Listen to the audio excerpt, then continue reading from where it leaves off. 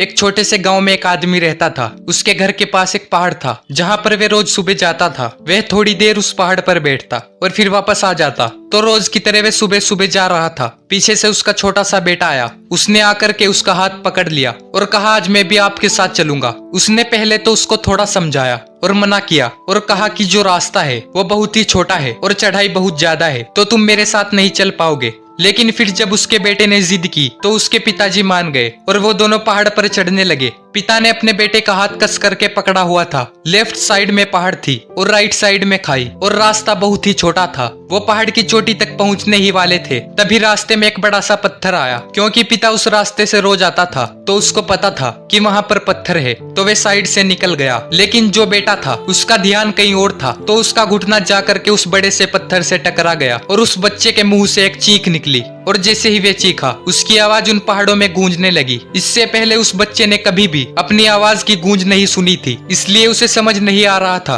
कि ये क्या हो रहा है। वह अंदर से थोड़ा घबरा गया और उसे लगा कि शायद कहीं कोई है जो छिपकर उसे देख रहा है और उसका मजाक उड़ा रहा है। फिर वो बच्चा बोला, कौन हो तुम?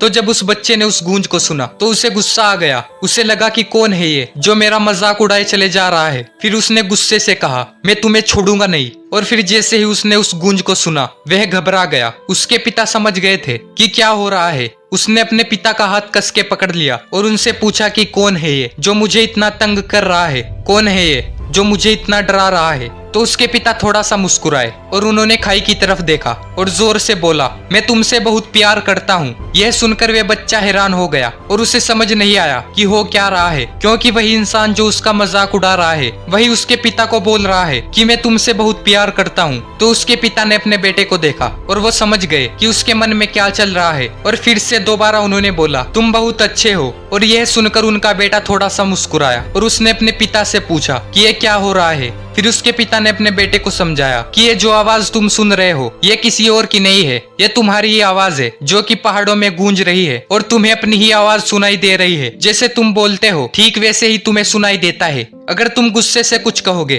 तो पलट करके जो आवाज आएगी उसमें भी गुस्सा होगा, लेकिन अगर तुम कुछ अच्छा कहोगे तो वो आवाज भी अच्छी होगी।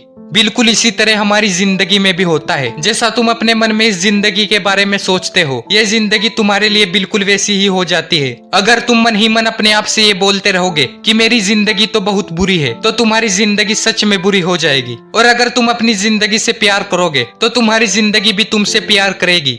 यह बात उस बच्चे के दिमाग में घर कर गई और फिर वे दोनों उस पहाड़ की चोटी पर गए। लेकिन बच्चे के दिमाग में यही बात घूम रही थी और फिर वे बच्चा खिलखिलाकर हंसा और उसने अपने दोनों हाथ खोले और अपनी पूरी ताकत से बोला, मैं तुमसे बहुत प्यार करता हूँ। और इसके बाद वे दोनों अपने घर आ जाते हैं और ये कहानी यही खत्म हो जाती है। तो अगर आपको कहानी सुनने में अच्छी लगी तो प्लीज लाइक, शेयर और सब्सक्राइब जरूर करना।